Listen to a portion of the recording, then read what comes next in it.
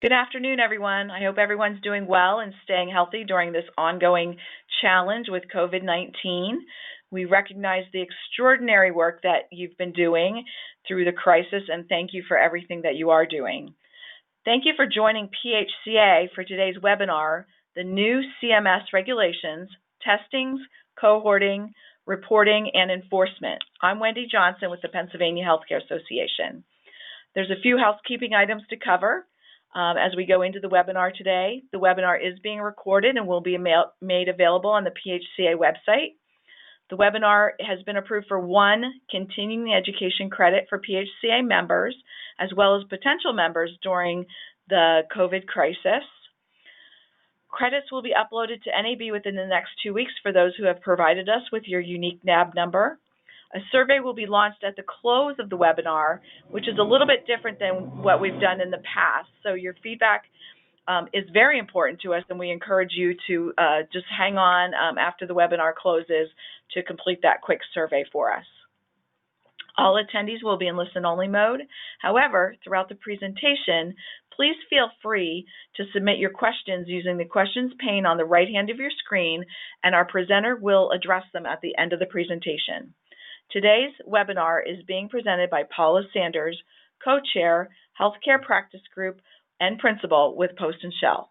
I'll now turn the webinar over to Paula. Thank you so much, Wendy, and good afternoon, everyone. I'm very happy that you could join us today. We're starting with a new slide with the live breaking news because at 11 o'clock today, or thereabouts, the Department of Health issued new guidance that will address the topics we're talking about today, which are those new CMS regulations on testing, cohorting, reporting, and enforcement. But we did take the opportunity to include the relevant sections of the new Department of Health guidance. When you download the presentation, you'll have a link to the new guidance. It is on the Department of Health message board. And a little bit off topic, but of major significance, so I did want to address it, is that there's an enormous amount of information in the new guidance that expands compassionate care visits. The department has created a new category for compassionate caregiver visitations, which are necessitated to maintain or improve a resident's health and well-being based on 2 or more documented significant changes in the resident's care plan. I'm not going to take the time to go into that, but I would urge all of you to pull this document off of the department's message board and study it carefully because they have expanded the people who are allowed to visit even when you are in not fully opened.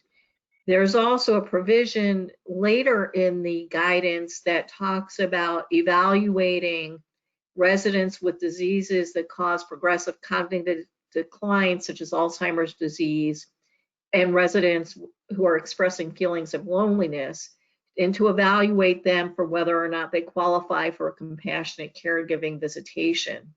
I think it'll be very challenging, and we could probably do an entire session on how you're going to need to address this issue.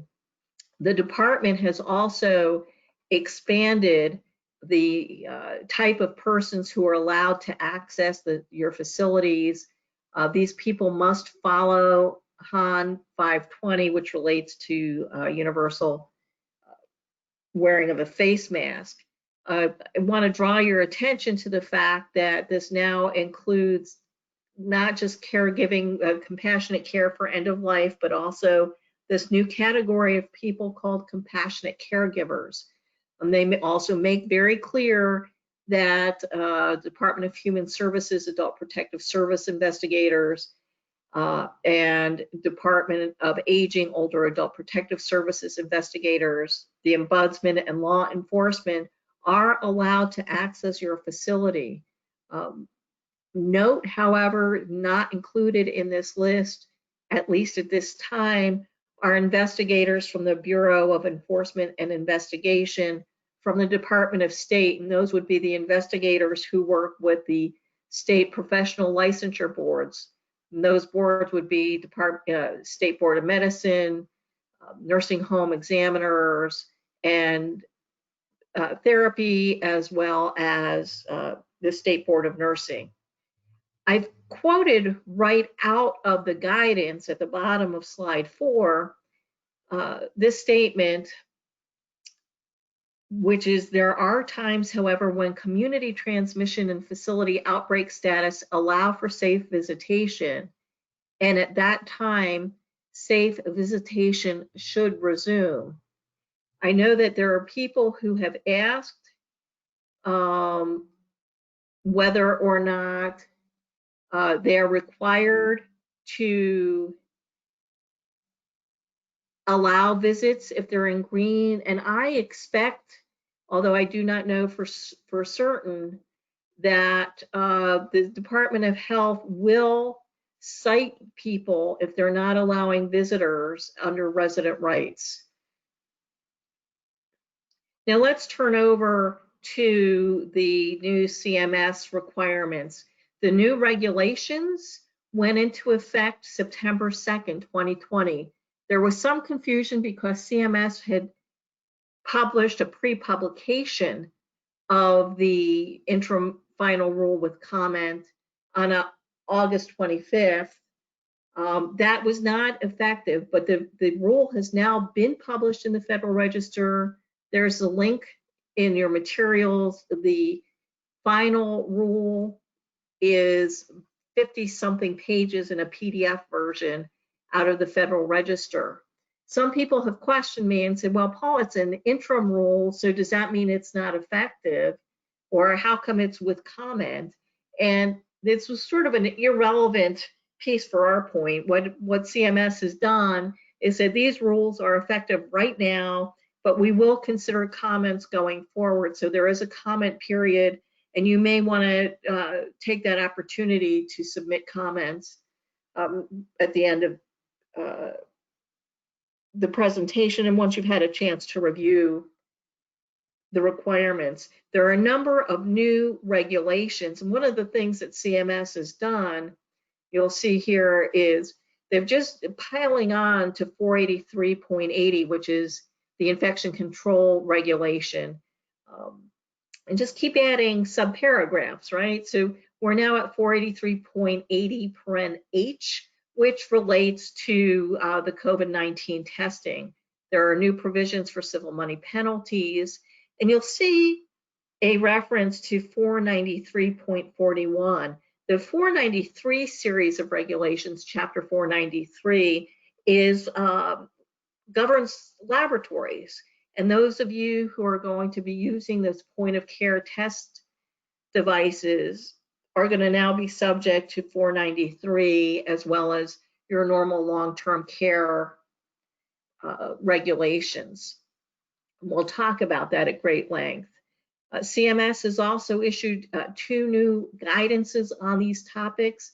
It's a QSO 20-38, which focuses predominantly on testing and the Focused Infection Control Survey, and QSO 20-37, which discusses CLIA and NHSN reporting. If you haven't read these guidances, you should definitely pull them out. And I'll be talking mainly about these 2 guidances and a little bit about how they intersect with what the Department of Health is trying to do in Pennsylvania. CMS and the Trump administration announced this week that they expect to have point of care testing machines to all nursing homes by the end of this week. These are antigen testing machines. It's not the polymerase chain reaction or PCR testing, which is the gold standard test. When you go online to the CMS website about these POC testing and the antigen tests, you're going to see that they are not nearly as precise as the PCR testing. However, they're much faster. And CMS's expectation is that facilities are going to be performing regular testing as well as targeted testing based on certain triggers. And you're expected to have the test results for any of these COVID-19 tests back to you within 48 hours. That's not 49 hours, it's not 48 and a half hours. It's the maximum turnaround time is 48 hours. If your supplies are short or you cannot find a lab to give you quick results, we're going to tell you you have to contact the state and local health department. I would also contact your RICPs and document, and we'll explain why, but just keep that in mind as we go forward with this presentation. CMS has 3 types of required testing. There's the routine testing, symptomatic testing, and outbreak testing. The routine testing of all staff and residents who routinely leave the building is going to be dependent on your county's positivity rates or prevalence. And we're going to spend some time talking about that. Symptomatic testing is the testing of anyone with signs or symptoms of COVID-19. And then there's the outbreak testing, which is your requirement to test all staff and residents when there's an outbreak in your facility. Now, how does CMS define an outbreak? It's any single new infection in staff or residents who test positive after admission. What does that after admission mean? That means if you take somebody from the hospital who you know is COVID positive, that person does not count in your outbreak, right? They're not a new infection and somebody who's developed a positivity after admission. You know, if you do have an outbreak, CMS expects you to retest all staff and residents every 3 to 7 days until there are no new positives for 14 days. Now, you would think, since the Department of Health had the opportunity to read the CMS guidance and the new regulations, they would have been able to use the same definitions. But I think that's expecting a little bit too much because we have different definitions still. The Pennsylvania Department of Health defines an outbreak first by looking at the definition of new facility onset of COVID-19 cases. These are cases that originated in the facility. It does not include cases when a resident is admitted from a hospital with a known COVID-19 positive status. We would say, fine, that's great. That's consistent with what what CMS has said. But then the Department of Health goes on to say it also does not include an admission of somebody with an unknown COVID-19 status who became COVID positive within 14 days after admission. So already we have a disconnect on what's a new facility onset. And why is that important?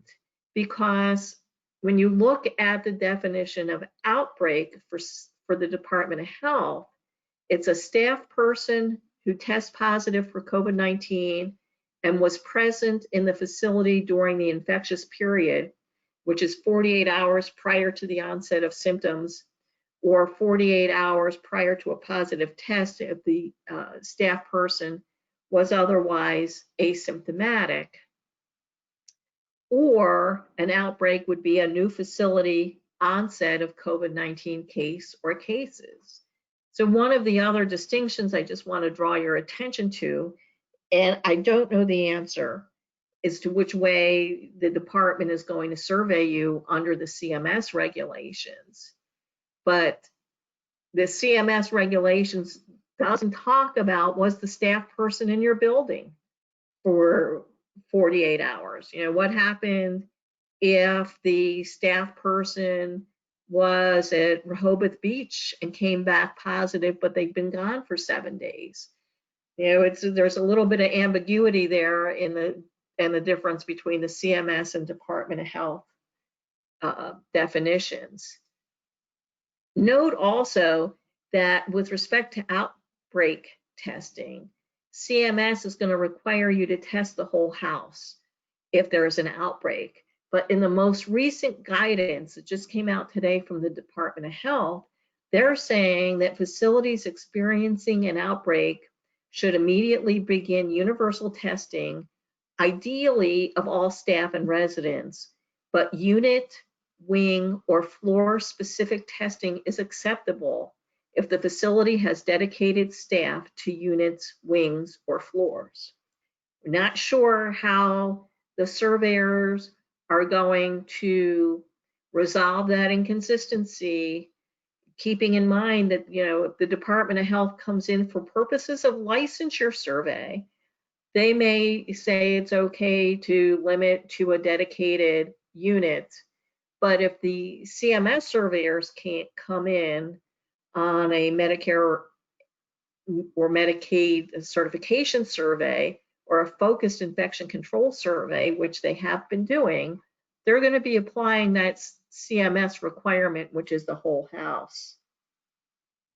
Now, the fun continues.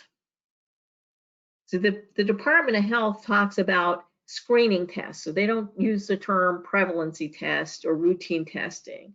Their term is going to be screening testing. And that is regular testing of staff, and in some cases, residents who have outside contact when an outbreak is not occurring in the facility. And they give a very specific list of types of outside contact. And those are going to be those residents who are going to outpatient healthcare visits, including dialysis treatments. They're going for social visits in the community. If they're receiving visitors either inside the facility or on your property, and if they're returning after admission to another healthcare facility. This list is not exclusive, which means there may be other types of outside contact that the Department of Health would also expect you to be doing screening tests of residents when you're doing what I'm going to call the prevalency testing. As with CMS, the Department of Health is saying that your frequency of testing is going to be based on intervals commensurate with the level of short-term COVID activity occurring in the community or the county prevalency rate. Now, other distinction here, who are you supposed to test? There's a difference between how CMS defines staff and how the Pennsylvania Department of Health defines staff. CMS includes employees, consultants, contractors, volunteers, caregivers, students in your nurse aid training program, and students from academic institutions with whom you're affiliated. It's staff who provide care and services to residents on behalf of the facility. So that would include some of those compassionate caregivers potentially, right? If they're providing care and services to residents on behalf of the facility. Private duty aides if they're coming in regularly. Now, the Department of Health, by contrast, is a much more limited definition. They say it's the individuals who are employed by your facility or who work in the facility consistently 3 or more days per week. So Pennsylvania is putting a time limitation on staff that does not exist in the current CMS guidance. They also include in the definition of staff, contracted staff who regularly enter the facility consistently 3 or more days per week. Note that Pennsylvania says specifically, though, testing is not required for people who attend to the healthcare needs of residents but are not employed by the facility and do not enter the facility consistently 3 or more days per week. So not sure, again, one of these things that we'll need further guidance from the regulators on. Likewise, another major distinction here, CMS has said that if an individual tested positive more than 90 days ago, they have to be retested. And if that person tests positive, even if it's still a residual from their initial infection, they're going to count as a new positive case. Pennsylvania, by contrast, says if somebody has tested positive in the past, you have a confirmed positive, you don't need to retest them. Major difference here, again, not sure how that difference is going to be resolved. So let's talk now about the CMS routine testing prevalency triggers. We look at the prevalency rate of the counties. Green, which would be a prevalency of between 0 or 4.9%. You're going to test once a month. If your county is in yellow, you're going to test once a week, and yellow is between 5% to 10%. If your county is red, and right now, based on the data that CMS is using, which is not current, but that's the data you're supposed to be using, red is greater than 10%, and if you're in red, you'd be testing twice a week. You'll be testing all staff, and you're not going to be testing asymptomatic residents unless it's a resident who goes out frequently.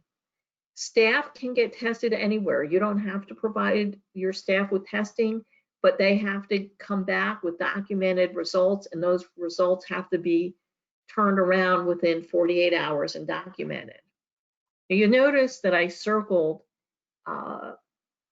red greater than 10% under the CMS regulations, and that would be a county that's at 10.1%. When the Department of Health just released their guidance, you'll notice they're not using red, yellow, and green. They're using low, moderate, and substantial. And their substantial category is greater than or equal to 10%. And there's a discrepancy there as to where the cutoff is, right? And it's a difference of 0.1%, but it's the difference of having to test everybody once a week or twice a week. And you'll see the other guidance here about routine testing of asymptomatic residents. I've quoted as well the reminder from the Department of Health that facilities should follow all other applicable guidance provided by CMS in the QSO 20-38-NH or its successor.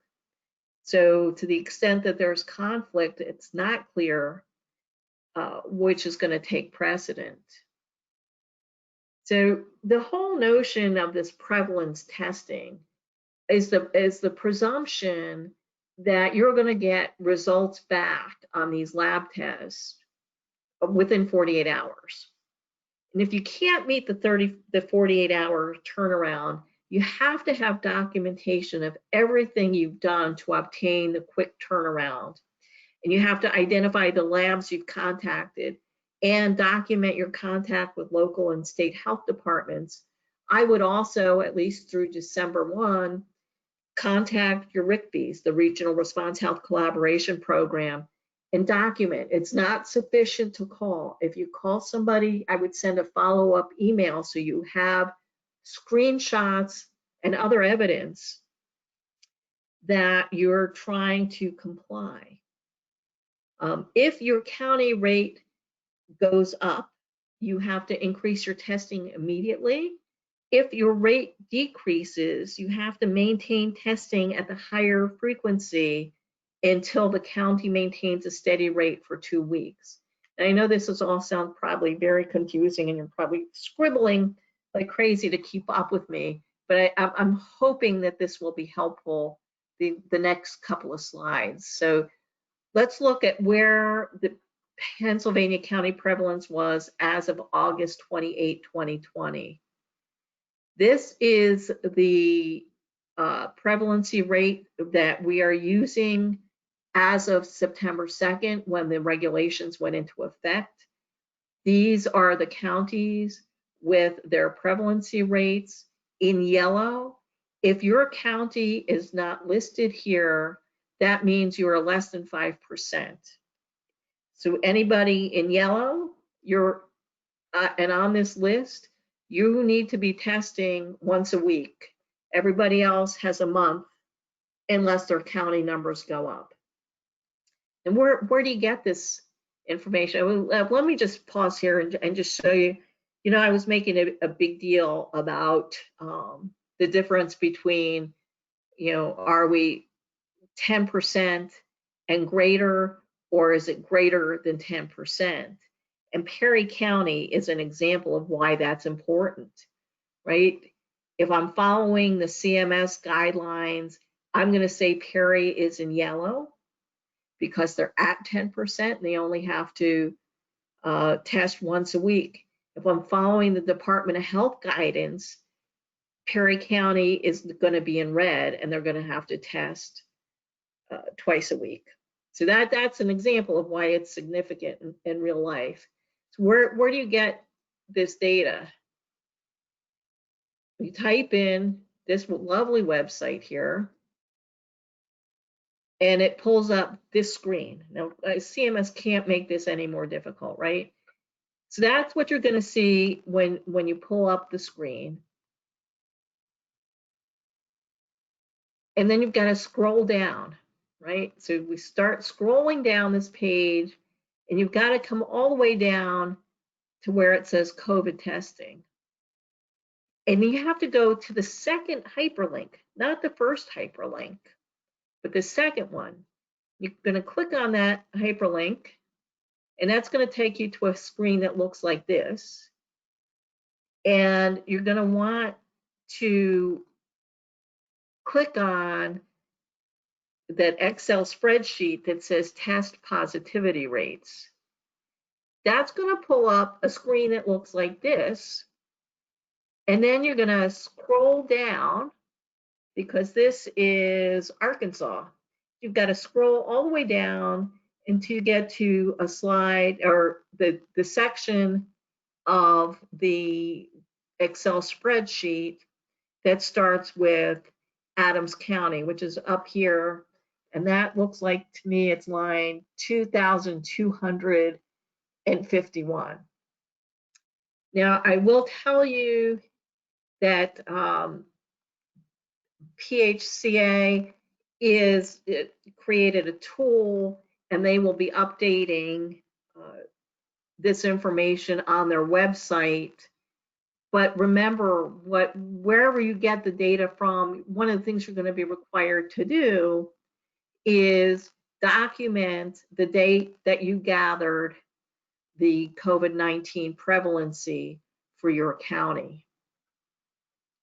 Now, what does that look like in real life? So we created a sample calendar. I've circled September 2nd because that's when it went into effect. So we're at September 3rd. If you're a green county, you have to test monthly, you'd have to test sometime by October 2nd. If you're a yellow county, your test date is going to be 1 week, right? It's going to be the 9th of September. We did not put the red people up because right now there are no red counties in Pennsylvania. But why do I have the 14th and the 28th circled? It's because you are expected to be checking the CMS website every other week, which is when they'll be updating. We think they are going to be updating on Mondays. If you look in the Department of Health guidance, they talk about checking the website every other week, starting with the first Monday in the month, but we've already passed that. So the first time you really should be checking is the 14th and the 28th. And it's important that you assign a couple different people to do this in case somebody is out on vacation, which is likely to happen if these information is being updated. Mondays are often holidays, people take off it, and you don't want to miss your collecting of this information. So let's say on this slide, we tested yesterday, let's just assume, or we've tested today, right? Because we have that point of care rapid test, and we have a positive person today. Well, we have to be testing every 3 to 7 days because now we have an outbreak. We have a positive person. I don't care if it's a staff or a resident. I've got a new outbreak here, and I'm testing, and I now get to the 13th. I'm almost done. You know, I know and many of you have been through this already with the universal testing for baseline. You got all the way to the end, you thought you could finally reopen, and boom, there's a staff person who shows up positive. So this is just another way to remind you how to do that counting, and you resume your prevalency schedule 14 days after your last positive once there has been an outbreak. So what do you need to document? Because it's not enough to be doing these tests, right? We're going to have to document the heck out of things. So this slide tells you the kinds of things that you'll need to be documenting, including the county positivity rate and the date the positivity rate was checked. I'm not going to go through all the requirements on this, other to draw your attention to the fact that you're going to have to document the results in the residents' medical records, in employee records, and you've got to have some type of file for your non-employee staff, contractors, volunteers, and others. And you want to look at your contracts to see, you know, if I've got a contract with a therapy company, you know, is there a way I can offload my testing but require them to give me those documents? Because if you don't have the documents of the test results, you're likely to wind up with a deficiency. So what about those folks who say, I don't want to be tested? Residents have the right to refuse, right? CMS talks about offering them the opportunity. If they refuse, you have to place the symptomatic residents on transmission-based precautions until it can be discontinued. Staff, if you're doing routine prevalence testing, you've got to follow the Department of Health and other occupational health policies. CMS has said if it's for outbreak testing, you're supposed to restrict the staff from the nursing home until all testing is completed. I would check with counsel. You've got to have policies and procedures about how you're going to address the refusals. You're also going to have policies and procedures to address the refusals of the compassionate caregivers. But there, you know, questions come up with respect to unionized facilities and whether you can mandate staff to take the tests. Who can order the test? It has to have an order from a physician, a PA, nurse practitioner, or clinical nurse specialist. Under the Federal Emergency Use Authorization, orders for the rapid point of care testing may be given by a healthcare professional or a pharmacist, and you are allowed to have a standing order. So you want to talk to your medical directors about that. If you are using the point of care testing machine, you have to have a current CLIA certificate of waiver, which, as I mentioned earlier, was going to subject you to enforcement under the CLIA regulations. If you're using those point of care tests, you have to report those results within 24 hours to the state and local health departments, who are going to forward the de-identified information to CDC.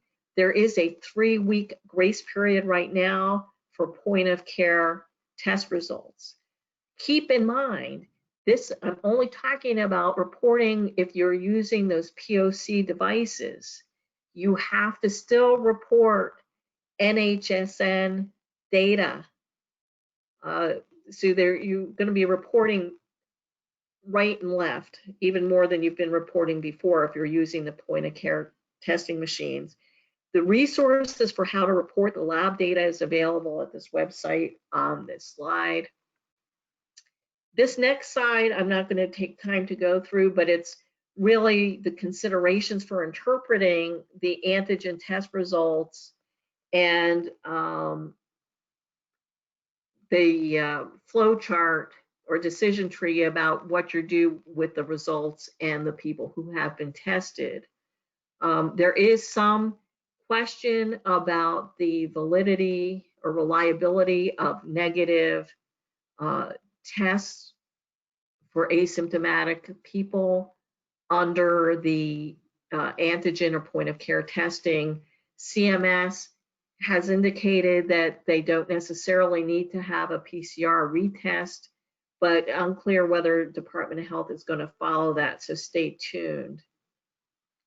Now, I mentioned the NHSN reporting. NHSN has actually created another resident impact and facility capacity pathway that asks 4 specific questions.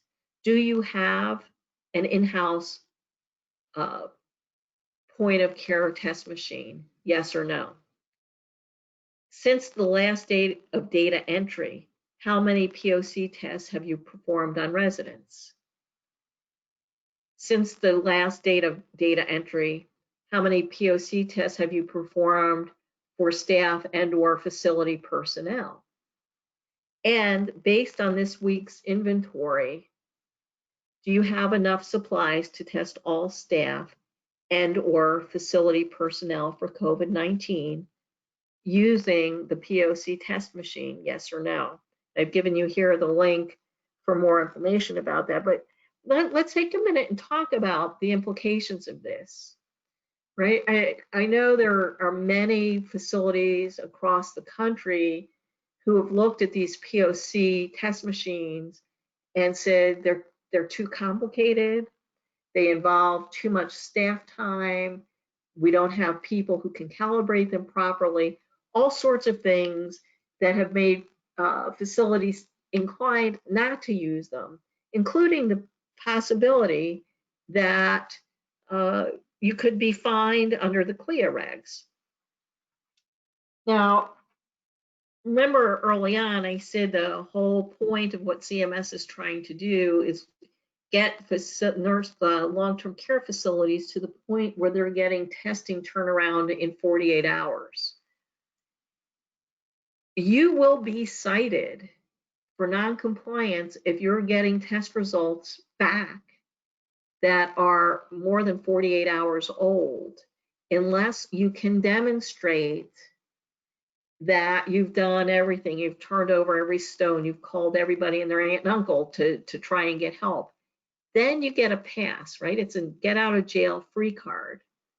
But I am concerned about this NHSN reporting because I believe it's going to create a presumption that you do have the ability to get turnaround in less than 48 hours. Now, the federal government, when they're shipping out this first batch of machines, is sending out about a month's supply of the reagents and everything you'll need to do the testing. Once that runs out, I think you're in a better position to say you're not using it if you can't get enough supplies. But you're going to have to think real carefully and honestly when you're filling out this NHSN questionnaire as to whether or not you have enough supplies, and if you don't, what are you doing to try and get them? So testing considerations, following the Department of Health's guidance and CDC's, obviously you want to prioritize in testing individuals with signs and symptoms. You want to make sure that you don't lose sight of the fact that these prevalency testing is not a substitute for good infection control policies, procedures, and practices. You certainly want to make sure you're screening all your staff each shift, every resident daily, and all persons entering the facility, including surveyors, for signs and symptoms. According to CMS, there's an expectation as well that you're maintaining communications with your local ambulance and other transport support providers to ensure appropriate infection control precautions are being followed. Anytime CMS tells me to maintain communications, I translate into make sure it's documented someplace. So where does all this leave us for enforcement and sanctions?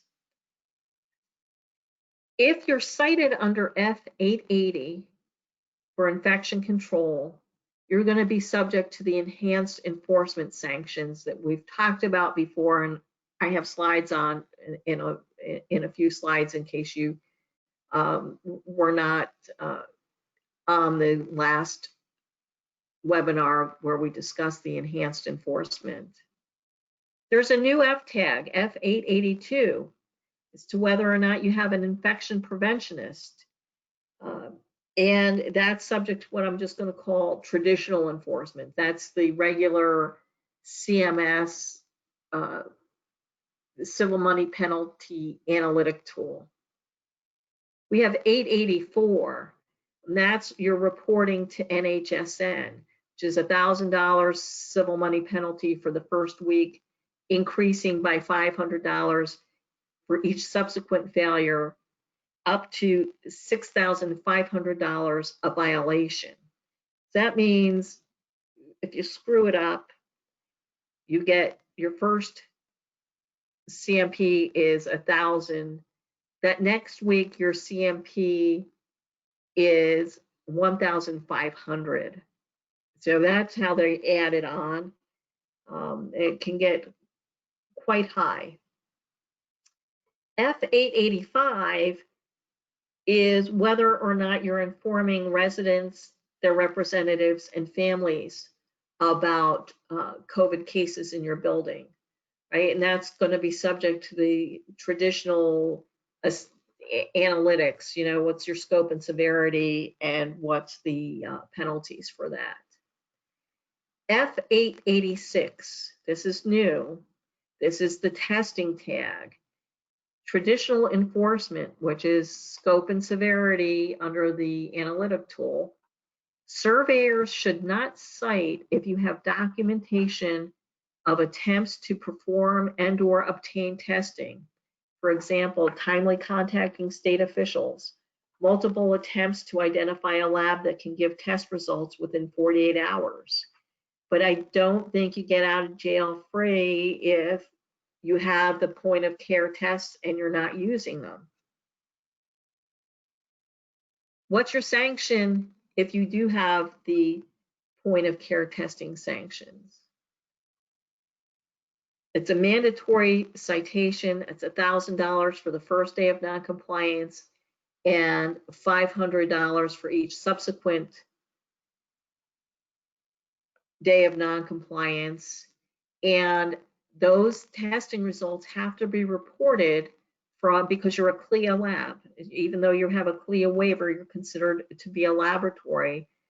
All labs who are doing SARS-CoV-2 testing have to report within 24 hours.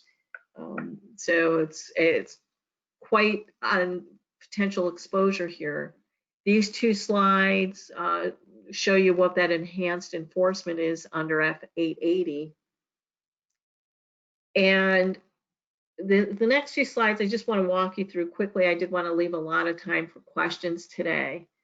Don't forget that Pennsylvania is not walking in lockstep with CMS, right? For instance, we've got to use the N95 or higher respirators by order of the secretary. That means it's mandatory.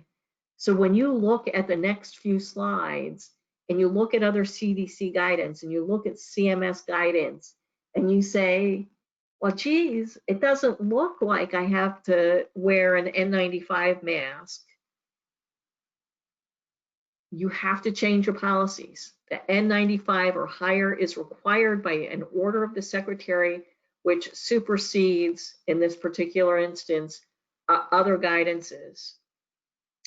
When you look through the new September 3 guidance that just came out this morning, you'll see that the department has said all previously provided guidance on testing of symptomatic and exposed individuals in HAN 509 should be followed regardless of the positivity level. So again, we've got a potential disconnect between the CMS guidance and Pennsylvania guidance. We're also being told under this guidance to follow HAN 509 for cohorting and isolation. Do we follow the more stringent guidance? I don't think you can go wrong doing that, but each one is going to be a different analysis as to, am I following CMS? Am I following the Department of Health? Certainly, it's clear as mud to me. I wish I could give you more guidance. These next few slides, I just incorporated for you the new COVID-19 focus survey for nursing homes directly out of the QSO 20-38-NA, because there are a couple changes that I wanted to highlight for you. You'll see that they're talking about observations, and that's because surveyors are expected to be back in your building. They're going to be looking at cohorting and how you're managing care for residents suspected of having or confirmed to have COVID-19. And they're also going to be looking at the infection preventionist role, all new aspects of the survey process. They're going to be looking at hand hygiene, not just on what they've done before, but also investigating how are residents reminded to perform hand hygiene. So you may want to look at your training protocols for your CNAs and make sure you're addressing that aspect, because it's going to be in red, right, to the surveyors. They're going to see it. I'm sure they're going to ask for it. Now, when we look at PPE, we're going to have to take this back and compare it to the Department of Health guidelines, because they're talking about using N95 or higher, for instance, for direct resident contact if the resident has uncontained secretions or excretions, including splashes or sprays. But Pennsylvania doesn't limit that, right? So you're going to want to take this particular section and line it up against the PA HANs to make sure we're not following what CDC said, what CDC and CMS are saying, but we're following what the Department of Health is saying. Let's see if there's anything on this. Yeah, observe staff to determine if they use appropriate infection control precautions when moving between resident rooms, units, and other areas of the facility as a new task to observe. What are residents doing when they're leaving their room? Again, you want to look carefully and compare these recommendations to Pennsylvania's. Also looking at plans to cohort. You know, do you have a dedicated space for cohorting? It's a new focus.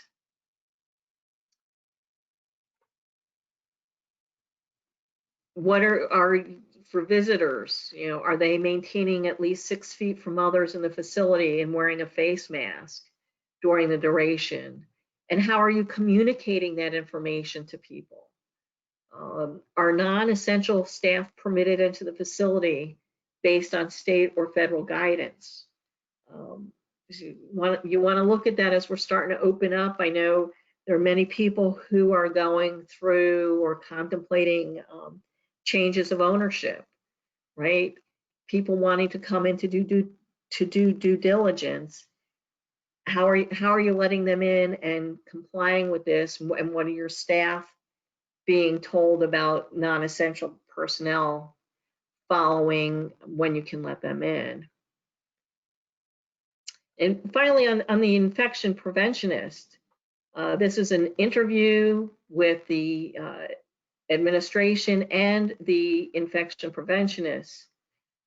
Did you designate one or more individuals as the infection preventionist? Does he or she work at least part-time at the facility? Has he or she completed specialized training in infection prevention and control? Do they participate in the QA and assurance committee? And if there's an answer no to any of those, you're going to get cited at 882. Staff and resident testing, review the facility's testing documentation. And these are the things they're looking at. Logs of county level positivity rate, testing schedules, staff and resident records, other documentation. If possible, observe the facility conducting testing, including the use of PPE and specimen collection. If such observation is not possible, interview an individual responsible for testing and ask how it's done. Then they're going to look to see whether you conducted testing of the staff based on the county level positivity rate. Did you conduct testing and specimen collection in a manner consistent with current standards of practice for conducting COVID-19 tests?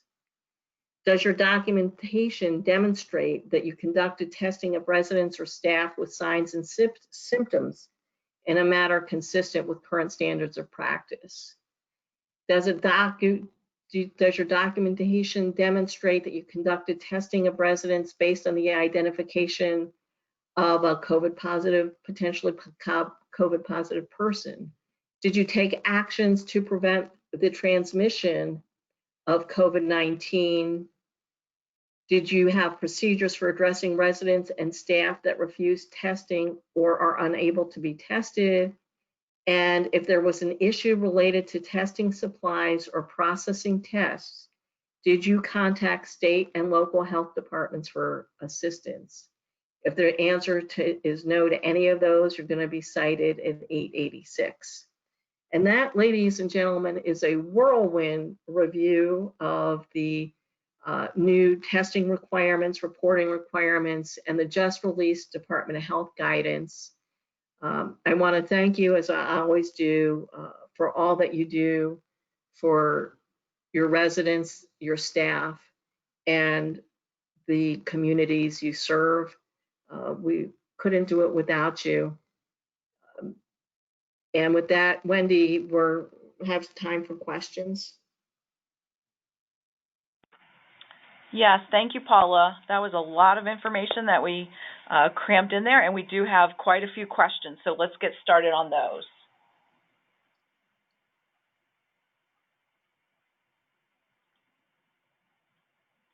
I'll start at the top. 1 second.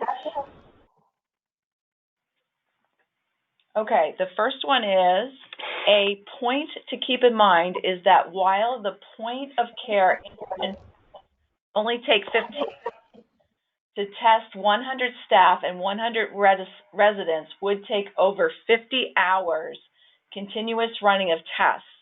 So in reality, it is not quicker if used for outbreak response or baseline surveillance. That is a great point. I think sometimes we live in long-term care live in the real universe, and everyone else is in alternative reality. And there is this perception that these point of care test devices are instantaneous and do not require much staff time at all, or processing time. So I absolutely agree with the comment. I don't know if Gail or Chris are on. If you guys have any comments to add to that.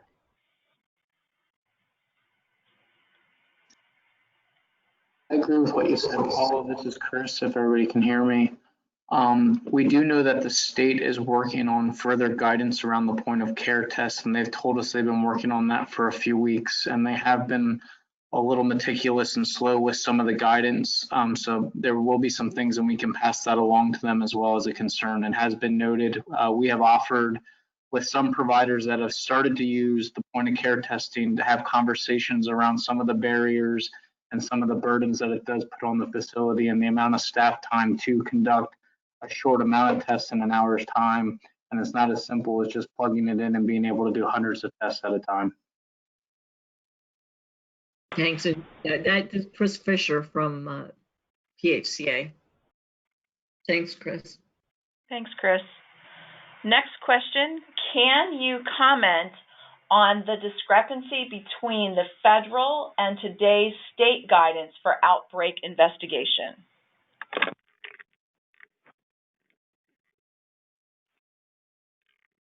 If we weren't being recorded, I would say SSDD, right? I can't comment. I have no idea why the Department of Health is taking a different tact. My only possible thinking is the Department of Health guidance is going to be used by the Department of Human Services for personal care homes and other long-term care facilities. And maybe they're trying to make it a little bit easier on those non-health care providers, but I don't understand the discrepancy. Chris or Gail, I don't know if you had any better insight on that.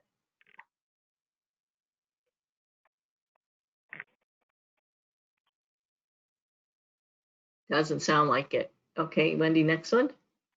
Next question. Federal guidance reports all residents and staff to be tested, while the state document states ideally all staff and residents, but unit, wing, or floor-specific testing is acceptable if, and it goes from there. So again, I can't tell you what the surveyors are going to do. I'm happy to see that the department recognizes that there should be some sort of contact tracing or some way to contain the test, but right now the CMS guidance is stricter than the Department of Health guidance. I think if you're in a situation where you're short on testing supplies and you have that documented, it would be allowable to limit yourself under the Department of Health approach, but I'd want to make sure that was really clearly documented in case the surveyors who come in to look at this are from the feds and not from the state.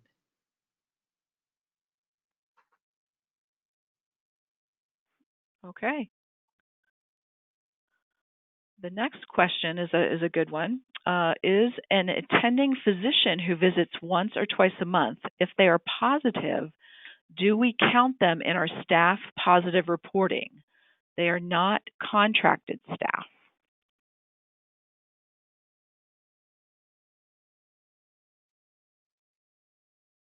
I don't know. So I'm trying to ascertain. You would be, it's the question, I've tested an attending physician who has now tested positive, and it's my test result. I would think that you might have to count them as a positive, but in that case, before I did that, I would get in touch with ICOR, the infection control team at the Pennsylvania Department of Health and Epidemiology, and ask that question just to be sure.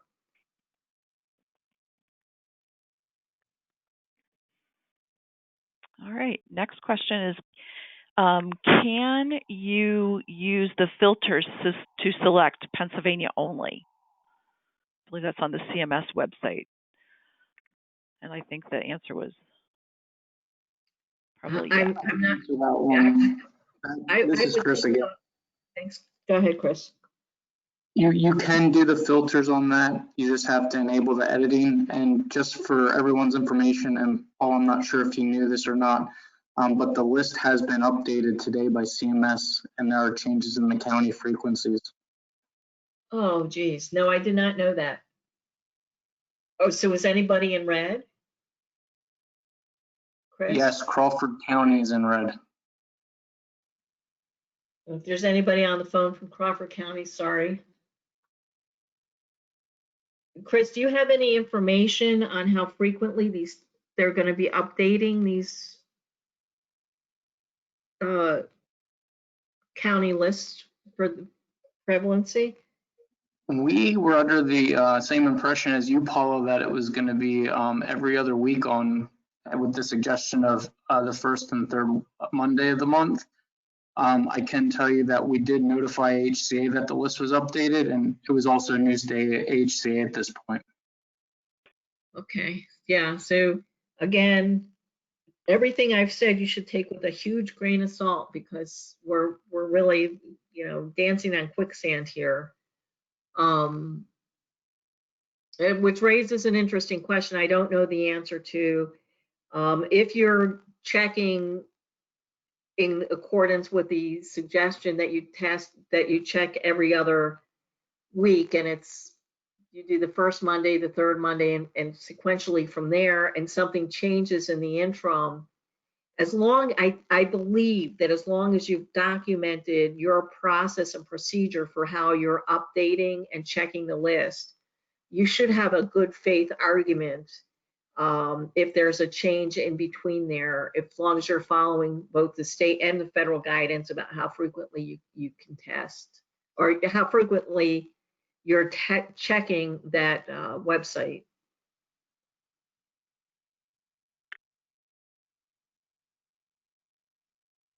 All right. Again, we have a lot of questions to get through, so we'll go on to the next one. Can employee test results be kept in a binder, or does the result have to be in the employee file?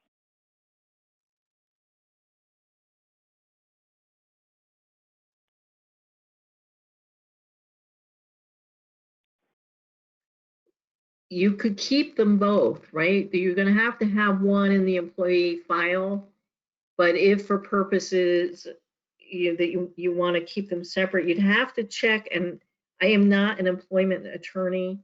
I would want to check to make sure I'm complying with the ADA requirements, right? So this is not a HIPAA issue, because you're not that you're this is an employment issue under the ADA. They want to check those requirements. I can look into that, Wendy, and get a more definitive answer. Sounds great. Thank you, Paula. Next question, can the standing order be used for all COVID testing or only for routine or universal testing? What about consents? So just a lot to unpack on that one. You can use the standing order for, obviously, for the routine. They're allowing standard orders as well for other situations, recognizing that CMS has recently changed the requirements for getting repeat tests, so you want to have that standing order in place. In terms of consent, you have your initial consent for treatment when somebody enters your facility. The residents have the right to refuse whenever they want. So, if they're refusing, they're pushing back, they're not letting you take the test, particularly in your impaired memory areas, you want to document that as a refusal. So there's a complicated issue there. Once you've got your initial consent, you may want, as you're rolling this out, to talk to families and residents and explain the new testing protocol so that they are aware that you will be testing, and these are the parameters with which it will go, so that there's some discussion about that, right? Because remember, there's also that provision that we have to be notifying families about new tests or positive test results. So, the more transparent you are about this and communicative, the less angst I think there will be in the long run. All right. Another question here. If our lab commits to getting results back to us in 48 hours and fails to meet their deadline, should we be notifying DOH and the RICPs, or should we be notifying DOH and the RICPs for future help with getting test results returned? Yes, is to both. The CMS has taken the position that they are not mandating the use of the POC test devices, but they do expect, if you're not using them, that your results are coming back within 48 hours. So if you're running into problems, I would document both your attempts to get the test results back quicker from the lab, because that's one of the things they'll be looking at, but also attempts to potentially find other partners who may be able to turn your lab results around more quickly. All right. Next question. We have about 3 or 4 more to go here. I know we're over time, but anybody who can hang in there with us, we appreciate it. Overall rate or rate increase per CMS.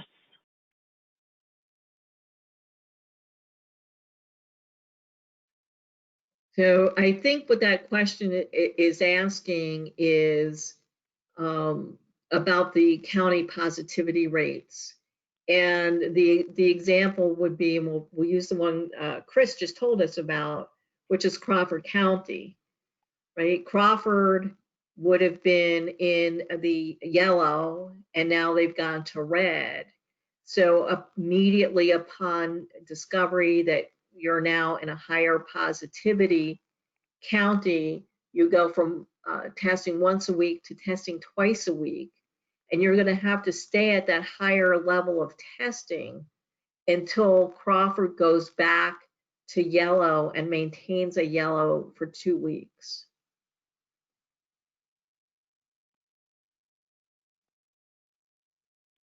Okay, here's another good question. Is it best practice to put new admission into precautions for 14 days, even if COVID test is negative?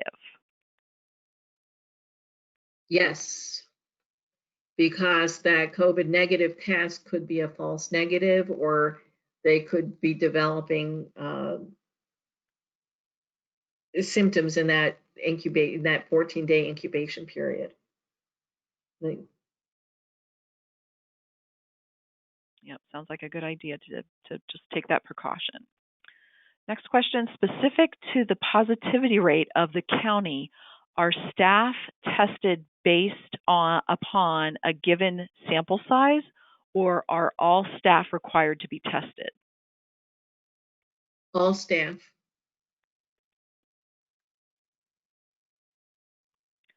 Here's another one. A non-caregiver, a landscaper, tested positive today. Does this one employee trigger the definition of an outbreak? It's an interesting question. It's an employee of the facility. So again, we look at the difference between how the Department of Health defines staff, how the CMS defines staff. It's not providing the employee. Is he in the building? If he's in the building, absolutely yes, under both, whether under CMS and Department of Health. If he's in the facility 3 or more times during the week under Department of Health, yes. If he's not in the building under Department of Health, I think you might have an argument as to no. But I would really need to know a little bit more about where this individual is in relationship to residents and what that resident contact looks like, and what as well the employee's contact is with other staff who may interact with him and be bringing that positivity into the building as an asymptomatic carrier potentially. So not a simple answer, even though it seems like a simple question. All right, we've got time for about one or two more questions, and then we will, just given the, the level of changes that we've had and everything else, we can take these questions and put out a one-pager with answers, within the next couple days here. So if we haven't gotten to your questions, just sit tight and feel free to reach out to the PHCA staff, and we will get those questions answered for you. Here's a question. If testing as part of an outbreak, how is the refusal of an asymptomatic resident to be handled? Do they need to be isolated? Yeah, you would have to, because you don't know. I would put them on my yellow hole, right? Because you don't know that person's status. And what makes this whole thing worse under the CMS guidance is, let's say, I tested positive 95 days ago, and you come to me and you want to give me another test, and I say no. Pennsylvania would have said, well, don't worry about it. You didn't have to ask her for another test because she was positive she was positive once, so you're done. But the CMS is going to say, no, that person has to be retested, and you'll have to go through your normal policies with respect to treating refusals. All right. The next question, what would you recommend doing if the point of care testing device malfunctions or breaks in the middle of the testing cycle? I would document that very well, and reach out to the RICB, reach out to the Department of Health, and reach out to your local health department, and try and obtain other tests within that 48 hours. And if you can't, you get what I'm calling the get out of jail free card. And on that one, I just don't know. I'd like to ask Chris or Gail if they have any other insights on this or any of the other questions we've been fielding. Yeah, I would agree with you, Paula. There is a list that we have of approved lab vendors in case you would want to look at another alternate option there. And I know AHCA also has a list of vendors that can provide results within 48 hours.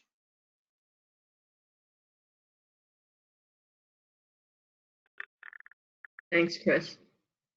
Okay, one last question. Do centers need CLIA waiver specific to point of care test, or is existing waiver okay? That's a good question.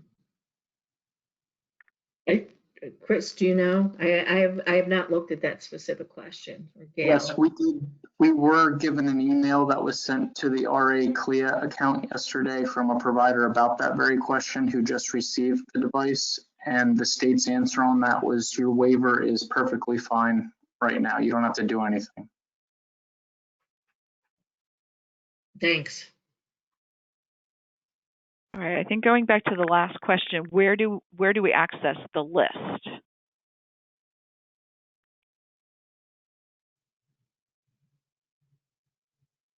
The list of lab companies.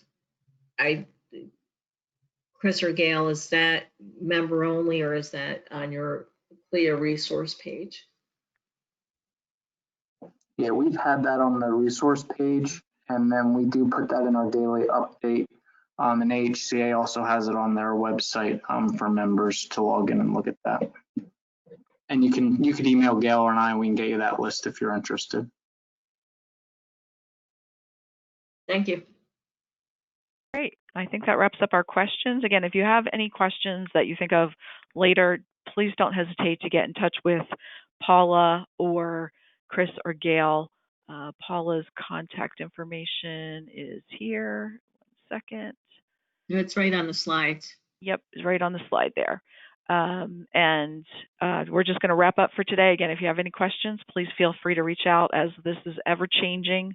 We know that there's a lot to take in and that you're dealing with. So we appreciate your time today and hanging in there with us as we've gone to into over the hour. But just want to give you a reminder to complete the survey as we wrap up the webinar today. And I want to thank Paula once again for just being a great partner for us in getting out current information. Thanks, Paula.